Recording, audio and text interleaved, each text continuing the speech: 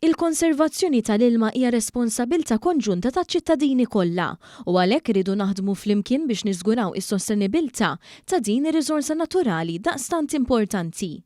Dan saħqitu l-Ministru għall-Ambjent, l-Enerġija u Riġenerazzjoni tal-Port il-Kbir Mirjam Dalli waqt il-ftuħ tal-ewwel Konferenza Nazzjonali tal-Ilma f'Malta. Il-konferenza li tsellet mill-Aġenzija l-Enerġija u l-Ilma iddiskutiet l-immaniġjar tal-ilma f'Malta kif ix-xahar id-dieħel tiġi fit-tmiema l-konsultazzjoni pubblika dwar it-tielet River Basin Management Plan li qed issir bħalissa b'kollaborazzjoni mal-Awtorità għall-Ambjent u Riżorsi. Hija spjegat li dan il-pjan ser ikompli jibni fuq il-progress li sar fl-aħħar snin filwaqt li jiżgura li l-immaniġjar u l-konservazzjoni tal-ilma f'Malta verament jagħmlu qabża sostenibbli l quddiem.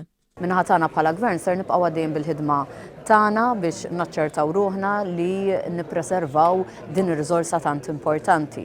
Pereżempju għaddejja l-ħidma fuq il-Green Paper dwar l-estrazzjoni tal-ilma tal-pjan, għaddej ukoll l-investiment dwar in-New Water biex nagħtu ilma riċiklat lill-bdiewa tagħna li naf għalihom kemm huwa importanti u ser nibqgħu għaddejjin bl-investimenti tagħna għaliex irridu li l-ilma f'dan il-pajjiż ikun protett bħala riżorsa importanti ħafna.